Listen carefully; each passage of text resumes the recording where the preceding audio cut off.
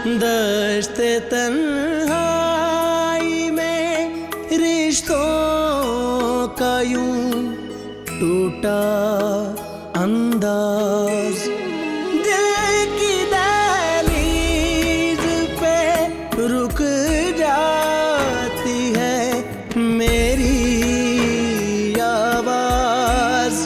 फिर से रिश्तों को दिया मैंने सहारा, कैसे जिंदगी तुझसे किया मैंने गुजारा, कैसे जिस्त का दूसरा ढूंढा है किनारा, कैसे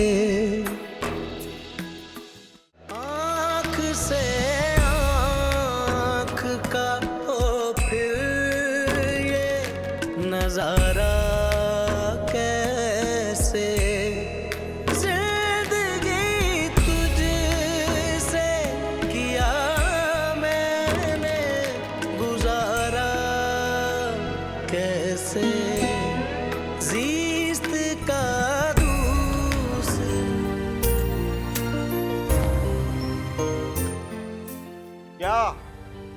क्या हुआ माँ? क्यों अपनी चुननी सी आंखों से घूर रही हो तुम हमें? अरे हमने जो कुछ कहा है बिल्कुल ठीक कहा। जिस आदमी को तुमने ठेके पे जमीन दी है ना, वो ठीक आदमी नहीं है। अच्छा, वो ठीक ना, तुम ठीक हो हैं? अल्हम्दुलिल्लाह। मेरा तो ये ख्याल है बेगम कि हमें शादी दफ्तर खोल लेना चाहिए। क्यों? शादी के ऑर्डर ज्यादा आ गए? एक अम्मा जी ही काफी है। मतलब वो अपने नवासे की वजह से बहुत परेशान है।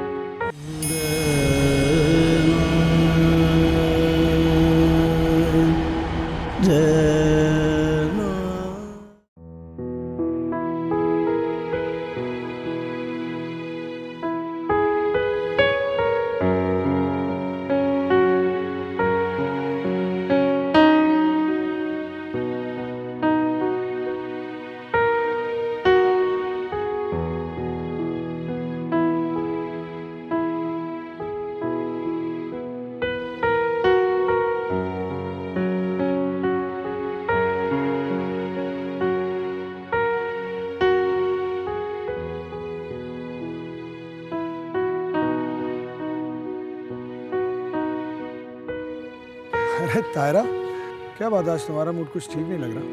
खैरियत तो है ना? खैरियत ना भी हो तो तुम्हें क्या? क्यों, क्या हुआ? ऐसा क्या कर दिया मैंने जो इतनी खफा नजर आ रही हो? कुछ नहीं, तुम दोस्तों और किताबों के अलावा किसी को देखते ही नहीं। क्यों? अरे भाई, मैं तो सबकी तरफ देखता हूँ, देखो ना, तुम्हें भी तो देख रहा हूँ। हाँ, देखते तो हो मगर दिल से नहीं। क्या क्या मतलब दिल से नहीं? मतलब ये कि मैं कब से देख रही हूँ, तुम अकेले बैठे किताब पढ़ रहे हो और मेरी तरफ एक बार भी नहीं देखा। तारा, मैं तुम्हें दिल से नहीं बल्कि आंखों से देखता हूँ। तुम कहना क्या चाहते हो नईम? कहना मैं ये चाहता हूँ कि दिल की आंखें नहीं होती ना, इसीलिए। हाँ हाँ, दिल की आंखें नहीं होती, मुझे भी पता है, लेकिन अगर दिल से आंखों में देखा जाए तो आंखों के रास्ते दिल को बखूबी देखा जा सकता है। अच्छा अच्छा, प्लीज़ अब फलसफा मत झाड़ने बैठ जाना। ये कोई फलसफा नहीं है नईम, ये जिंदगी की हकीकत है। तारा, वैसे एक बात तो बताओ, आखिर तुम इतनी गहरी और संजीदा बातें क्यों करती हो? इसलिए नईम कि तुमने कभी मेरी बातों को संजीदा लिया ही नहीं। अच्छा अच्छा, बस अब संजीदा बातें ना करने लग जाना, क्योंकि मेरा इस वक्त संजीदा बातें करने का मूड नहीं है। जो भी संजीदा बातें होंगी वो सरसद की क्लास में होंगी, जो कि मैं लेने जा रहा हूँ। अपना ख्याल रखो, मिलते हैं।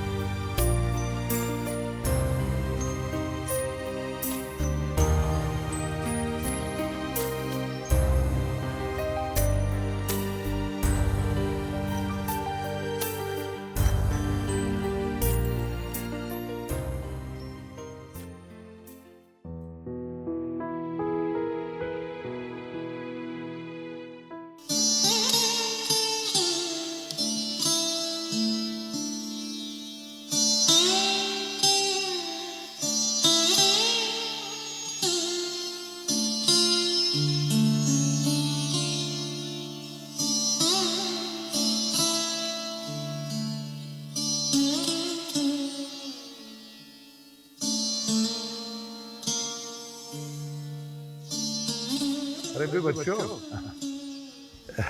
सब खैरियत है ना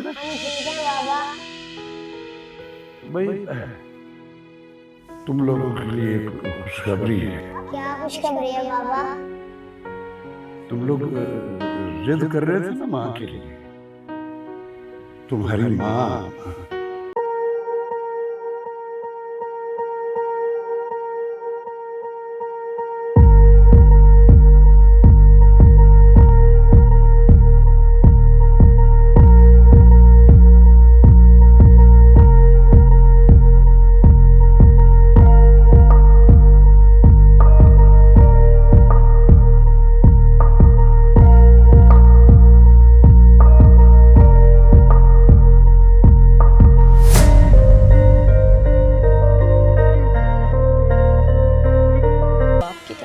आँख से आँख का हो फिर ये नजारा कैसे जिंदगी तुझसे किया मैंने गुजारा कैसे जीस्त का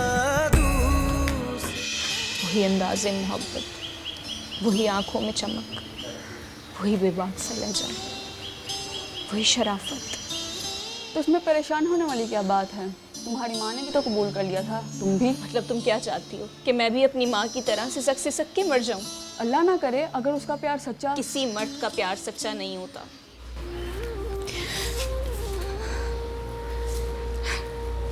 मर्द को औरत थोड़ी, मर्द को तो औरत का वजूद चाहिए होता है, जबकि औरत तो खुद अपने वजूद के अंदर होती है।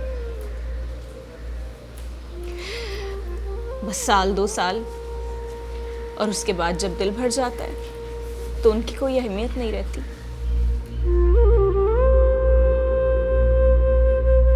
तुम्हें एक बात बताऊं, मेरे खानदान वाले मेरे बाप की मोहब्बत की मिसालें दिया करते थे,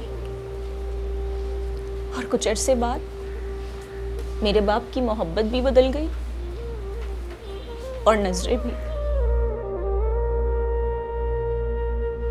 और मेरी माँ जो मेरे बाप की आंखों में बे इंतहा प्यार देखकर फिसली थी, उसकी नजरें बदलने के फौरन बाद ही बेड पे जा गिरी और ऐसी बीमार पड़ी कि कभी उठ नहीं पाई।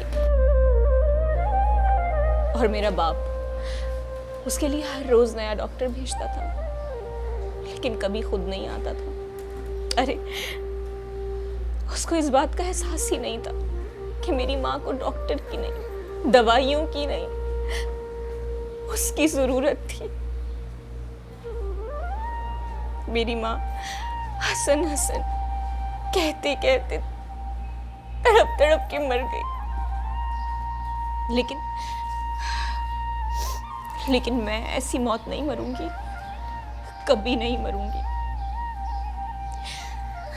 कभी भी नहीं।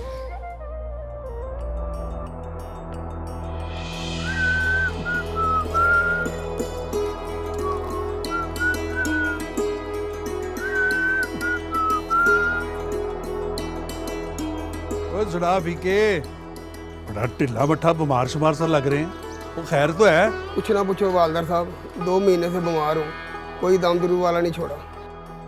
सब एक ही बात कहते हैं, किसी की नजर लगी, जोड़ जोड़ में दर्द होता है। ओए कोई नजर शजर नहीं लगी, सब खैर है। हैं आ टोर में तुझे डॉक्टर के पास लेके चल शाबाश जी, कैम हो। मैं परेशान हो रही खा मखा।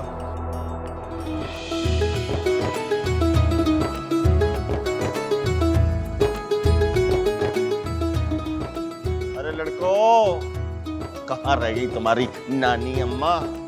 कब से इंतजार कर रहे हैं, लेकिन मलका आलिया की सवारी है कि तशरीफ लेके ही नहीं आ रही।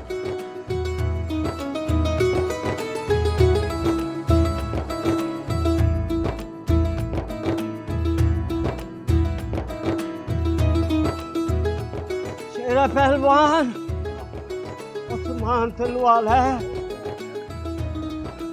पहलवान तो हुए कि मैं सारा नहीं चुकाया ही।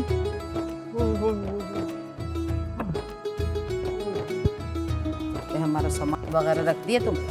जी वो रखवा दी। कोई चीज छोड़ी तो नहीं? आदाब। वालेकुम आदाब।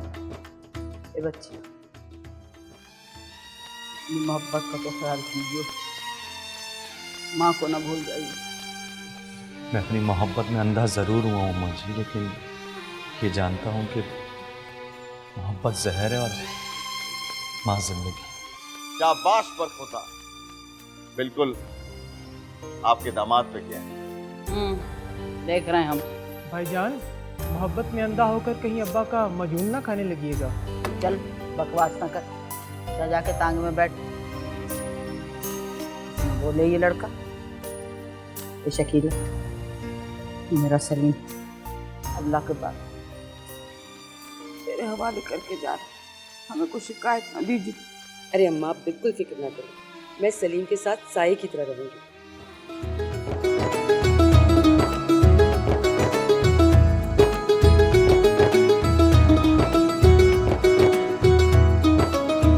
लड़ियों मत आपस में, हमें खबर हो जाएगी, ज़्यादा कोई मसला होगा ना फौरन टेलीफोन खड़का दे, हम भागते हुए आ जाएंगे। पराठे की मदद की हमारी। अरे अम्मा, मैंने नाश्तेदान के एक डब्बे में कीमा और एक में ऑमलेट और पराठे भी रख दिए, साथ में अचार भी। सच बता, दिल ना चाहे हमारा जाने का बस। अम्मा, तुम्हें एक गुर की बात बताएं, जिस उम्र में तुम हो ना, उस उम्र में जितना कम खाओ उतना ही अच्छा है। आगे तुम्हारे तुम्हें भी हम एक गुर की बात बताएं, जलना छोड़ दो, शकल बेहतर हो जाए। चलो चलिए, देखिएगा तो जमाना है। खुदा हाफिज।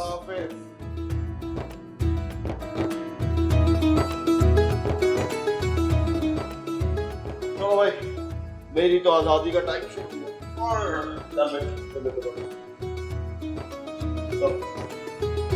चाय का बंदोबस्त करो। जी साहब, क्यों न रोड देना? कौन क्या रोड रहा है? बिस्मिल्लाहिर्रहमानिर्रहीम। या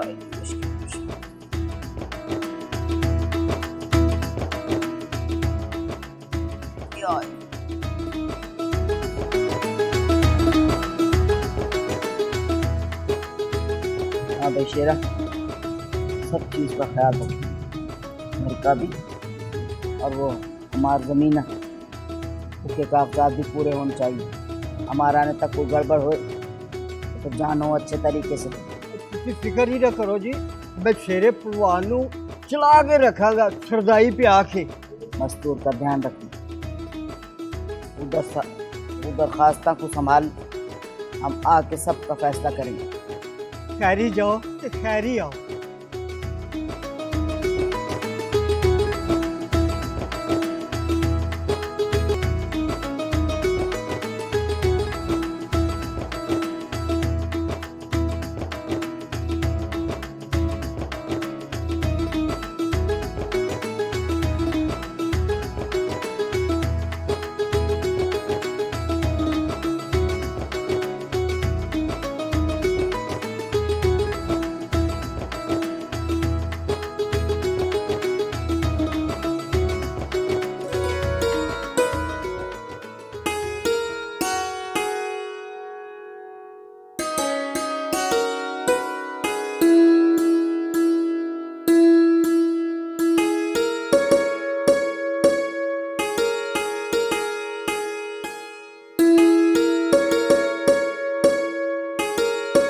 वाह वाह वाह वाह, अंदर क्या पकवान तैयार किए गए हैं, क्या खाना बनाया है।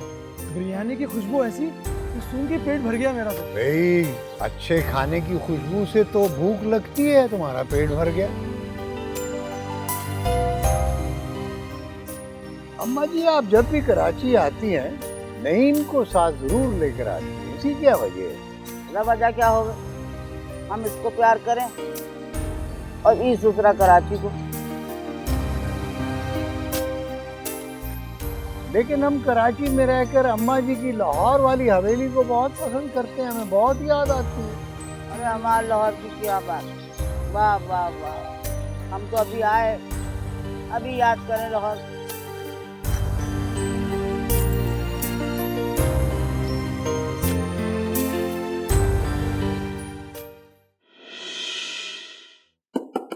कुछ तो बोलो भाई, मजाल है कोई जरा सी चू चा की आवाज आ जाए। अम्मा क्या गई, तुमने भी बोलना बंद कर दिया। बोलो तो सही। बहुत हो गया लगता है। हसनैन, कभी मेरी भी सुन लिया करें। अरे आप हुक्म तो कीजिए, गुलाम हम आपके, हुक्म कीजिए। अम्मा के जाने के बाद हमें सलीम पर दिन रात नजर रखनी होगी। कमाल करती हो तुम।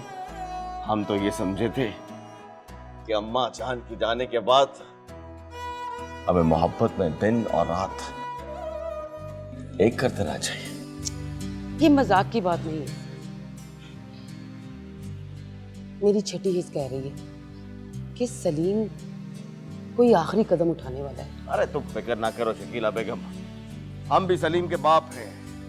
हमने भी बरखुदारों की ड्यूटी लगा दी कि बस किसी तरह उस लड़की का पता चल जाए ना, तो तुम यकीन करो हम कोई तूफान नहीं आने देंगे। बाजान, अब इस तूफान को आने से सिवाय तकदीर के और कोई नहीं रोक सकता। मतलब अब्बा जान ये कि हमने बहुत पूछा उनसे, लेकिन उन्होंने परों पर पानी नहीं पड़ने दिया। बता रहे हैं हम आपको। अब्बा जान, मेरी माने तो उसे उसके हाल पे छोड़ दें। भाई सच्ची बात तो ये है कि हमने आज तक ऐसी पुरसरार लड़की और ऐसी पुरसरार मोहब्बत नहीं देखी, लेकिन हमने जो ड्यूटी तुम लोगों की लगाई है ना, बस तुम जरा उस पे फोकस करो। बेफिक्र हो जाए अब्बा।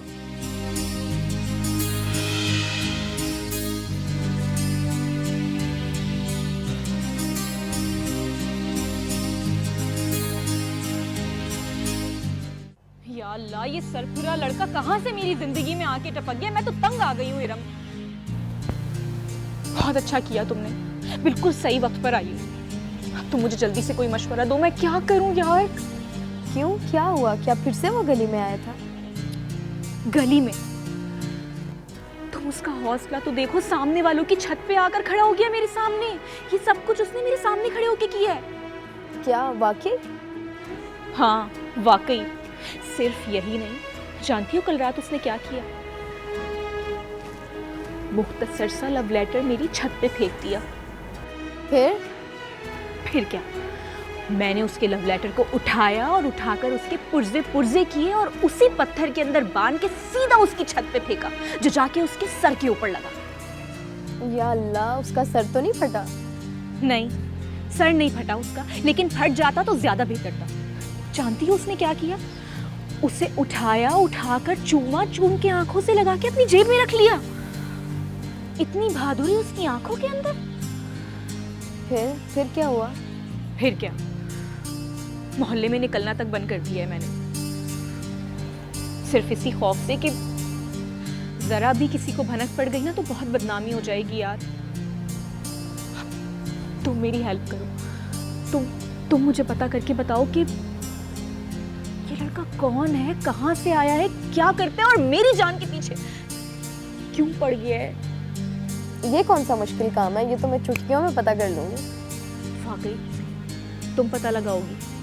और ठीक है, जब तक तुम पता नहीं लगा लेती ना, मैं यूनिवर्सिटी नहीं आऊंगी। बस। तुम हंस रही हो, मैं वाकई नहीं आऊंगी इरम। यार तुम समझ नहीं रही हो। मैं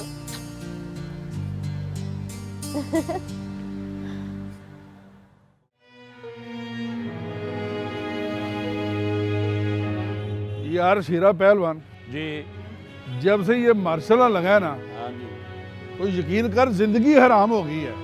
वो खामखा बेचारे मस्कीन और बेगुनाह लोगों को पकड़ पकड़ के उनकी बददुआएं लेते जा रहे हैं।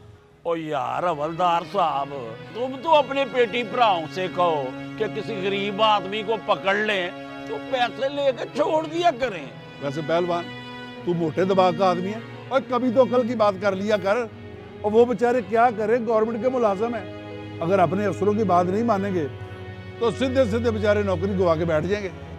ओ यार आमरीयत हो या जमहूरियत, ओ गरीब आदमी ने तो 2 टाइम की रोटी खानी है ना। और नहीं शेरा पहलवान, नहीं भाई, पेट पालने के लिए तो जानवर भी जिंदा रहते हैं। अल्लाह ताला ने इंसान को ईमान की दौलत के साथ जिंदा रहने के लिए पैदा किया है, समझे?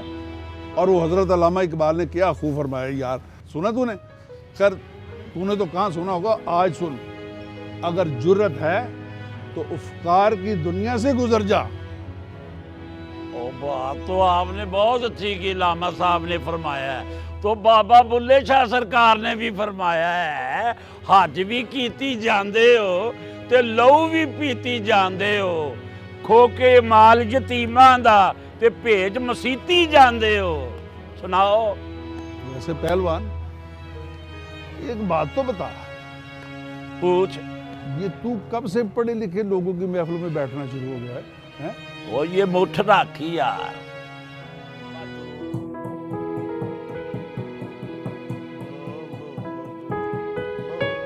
ये आज दिन में जड़ी बूटियां कौन कूट रहा है? मस्तू चरसी। मेरे खुदा, उस लावारिस का क्यों बेड़ा गर्क कर रहे हो? क्या बात कर रही हो तुम शकीला बेगम? भाई किसी बेकार आदमी को काम पे लगाना बुरी बात है क्या? और वैसे सच्ची बात तुम्हें बताएं, अब हमसे भाई जड़ी बूटियों के लिए पापड़ मंडी नहीं जाया जाता। हाँ अब्बा जान, आप कब से ये दवाइयां बना रहे हो, लेकिन मजाल है कि कोई आपकी दवा आज तक मशहूर हुई हो। अरे बरखुदार, जरा तसल्ली रखो, वो दिन दूर नहीं जब हर दुकान पे तुम्हारे अब्बा के हाथ की बनी हुई दवा मिला करेगी। शुक्र करें अब्बा जान, अम्मा जान यहाँ पर नहीं है, अगर वो सुन लेती तो इस मौजू पर हमें सुबह तक बहस सुनना पड़ती। हाँ, और अब्बा जान, अम्मा जान तो हमें कराची जाकर भूल ही जाती है। अरे जाने दो बरखुदार, तुम्हारी अम्मा जान जो है ना, वो दुनिया को बोल सकती है, हमें नहीं बोल सकती। वो तो वैसे ही नईम उन्हें नहीं आने दे रहा। क्यों भाई? क्यों भाई? क्योंकि नईम को आरजू नहीं आने दे रही। वैसे शकीला बेगम, तुम्हें एक दिल की बात बताएं, भाई तुमने बेटे नहीं जने, बल्कि आशिकों की बारात चली। तो यूं क्यों नहीं कहते कि सारे के सारे बेटे अपने अब्बा जान पर चले गए हैं? अरे अम्मा जान, इस बहस को छोड़े ना, फोन करके अम्मा जान को कराची से यहाँ बुलवाएं, क्योंकि भाई परसों शब बारात आने वाली है ना। बेटा, अम्मा जान ने कहा था कि वो संडे को आएंगी। अब दुआ करो कि वो संडे को आ जाएं। इसका मतलब तो ये हुआ कि इस बार हम शब बारात अम्मा जान के बगैर ही मनाएंगे। अरे बरखुदार, हमने तुम्हारे कान के नीचे 2 रख के दी ना, तो 4 दिन तुम्हारे कानों से शूं शूं की आवाज आएगी। अरे अम्मा जान को फोड़ना के पटाखे फोड़ने हैं? अम्मा जान का मेरा मतलब है कि अगर अम्मा जान जो है वो कराची में एंजॉय कर रही हैं तो करने दो, हैं? एक आध शब बारात उनके बगैर मना लेंगे तो क्या है?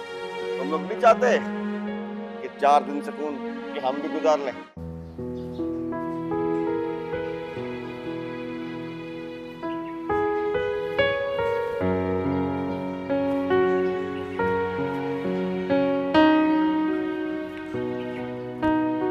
अस्सलाम वालेकुम अंकल।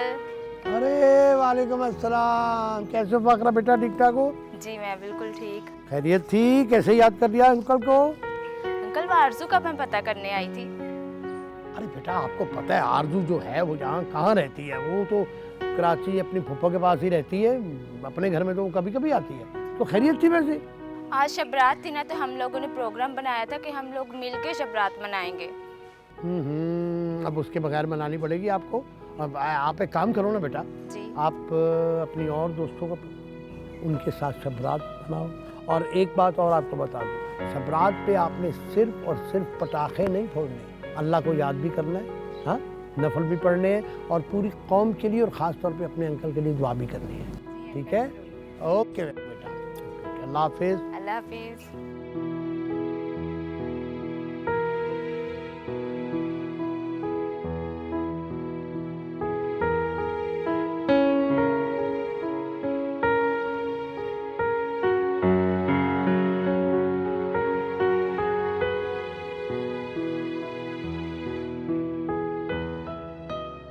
अब आज शब बारात है, वो नबील को तो पता चला हॉस्टल से छुट्टी नहीं मिली, तो सहरा को ले आता।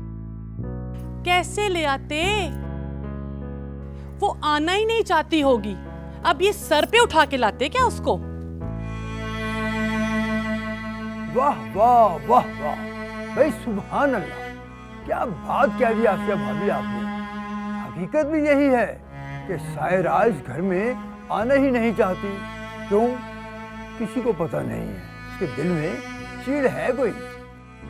जफर भाई बिल्कुल ठीक कह रहे हैं भाई, हमने तो बहुत कहा शब बारात है, चलो अपने बाप से भी मिल लेना, लेकिन उसके सर पर तो जूं तक ना रेंगी।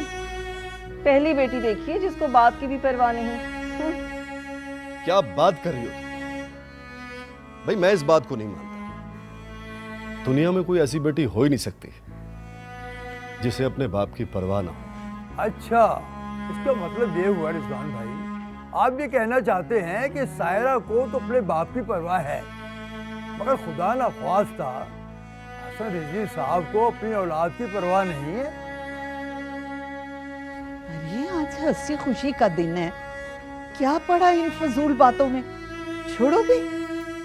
ठीक कहती हो आपा, जिस बहस का कोई हासिल नहीं हो उस बहस में पढ़ने का कोई फायदा है? अच्छा आपा ये बताएं कि सायरा अपनी दादी, चाचा, चाची और फुफ्फो को तंग तो नहीं करती? करती होगी, बहुत ही बदतमीज और बदमिजाज है वो। मिजाज का क्या पूछती हो आसिया भाभी, कुछ पता नहीं चलता कब किस वक्त कौन सी बात बुरी लग जाए और मूड बिगड़ जाए। अल्लाह तौबा है। अरे नहीं नहीं, ऐसी भी बात नहीं है। सायरा का मिजाज नबील से मुख्तलिफ है। देखिए वो ना अपनी फुफ्फो और चचा की बात के सिवा किसी की बात नहीं सुनती और ना ही बात करती है। लगता है उसके दिल में दर्द है और उस दर्द में वो शायरी करना शुरू हो गई है। शेरों को पेपर पर उतारती है, कभी पूछो तो बताती नहीं है और ना ही कभी सुनाती है, इसलिए कि कहीं हम उसके अशार में इस्लाह ना कर दें। अच्छा छोड़ो, हम रात होने वाली है, जल्दी चलो, बच्चियां घर में अकेली हैं।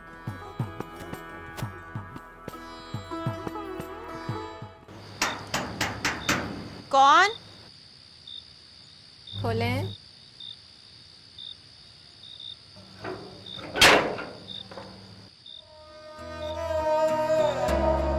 अस्सलाम वालेकुम।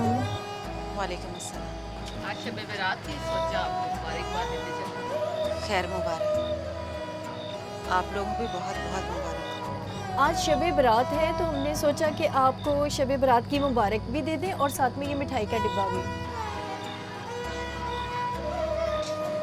बहुत मेहरबानी।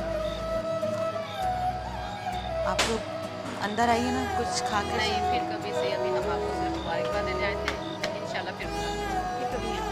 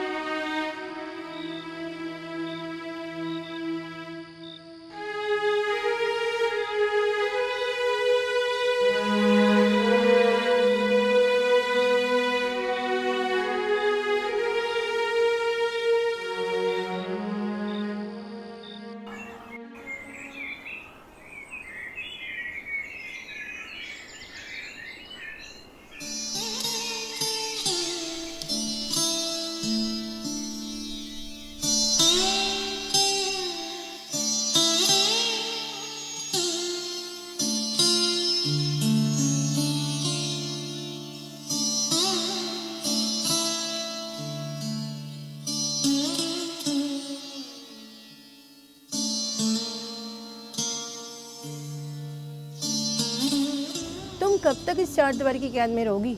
आज शबरात है, सारे घर वाले ना तुम्हारे अब्बू के घर दावत खाने गए हैं और मैं तुम्हारी वजह से यहाँ रुकी हुई हूँ। कुछ देर में मेरी सहेलियाँ आने वाली हैं और जब वो आ जाएं तो आप प्लीज़ नीचे चली जाइएगा। जनाब, आपकी सहेलियों का फ़ोन आ गया है, वो सब अपने घर शब बारात मनाएंगी। बिल्कुल नहीं, अगर वो कमबख्त आ गया तो?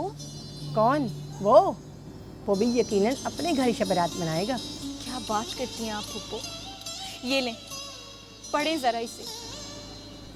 आज सुबह मुझे ये खत मेरी छत पर मिला है और इसमें पता है क्या लिखा है?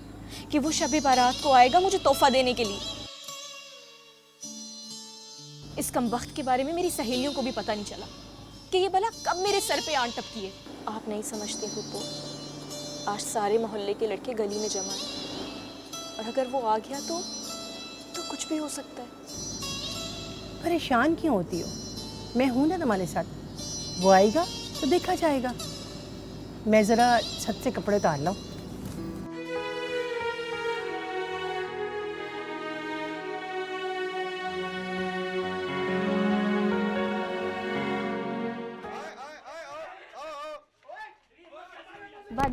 बाजी जी बाहर आके देखे, मोहल्ले के सारे लड़के किसी एक लड़के की पिटाई कर रहे हैं। आए मेरे साथ।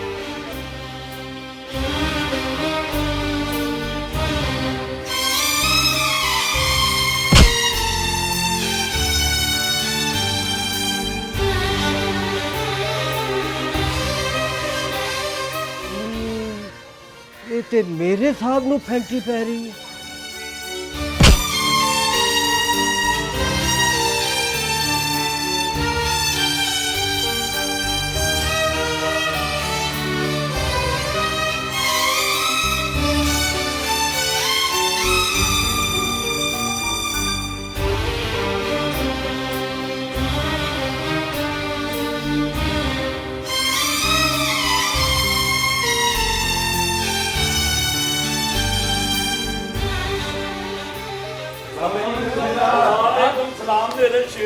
और कलीम अलीम अब ओ मस्तू, ओ क्या हुआ है मस्तू?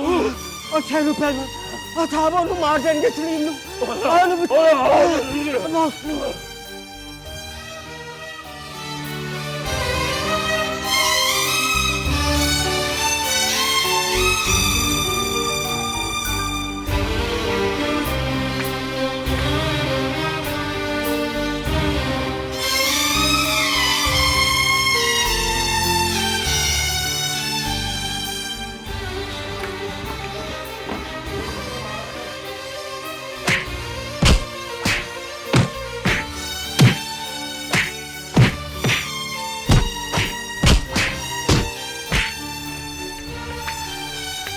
छोड़ो उसे, मैं कहती हूँ छोड़ो उसे, मत मारो प्लीज।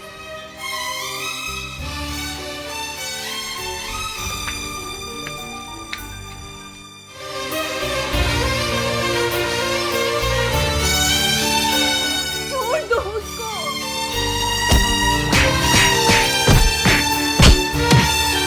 मैं कहती हूँ छोड़ो उसे।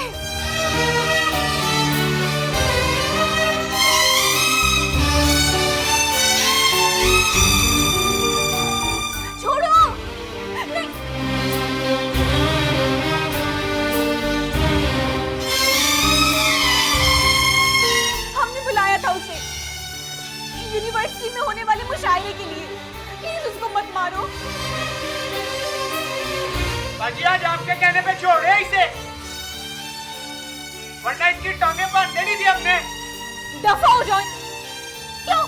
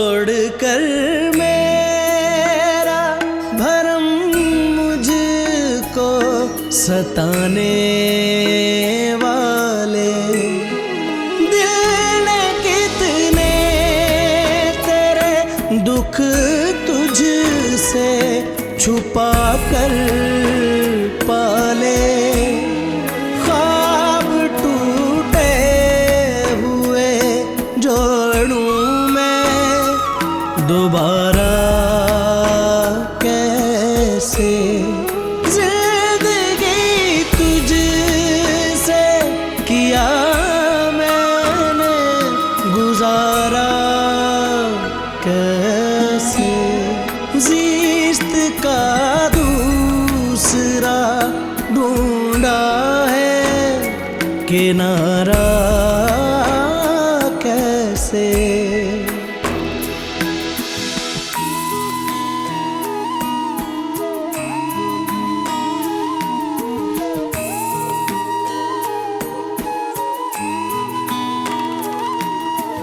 छोड़ो नहीं,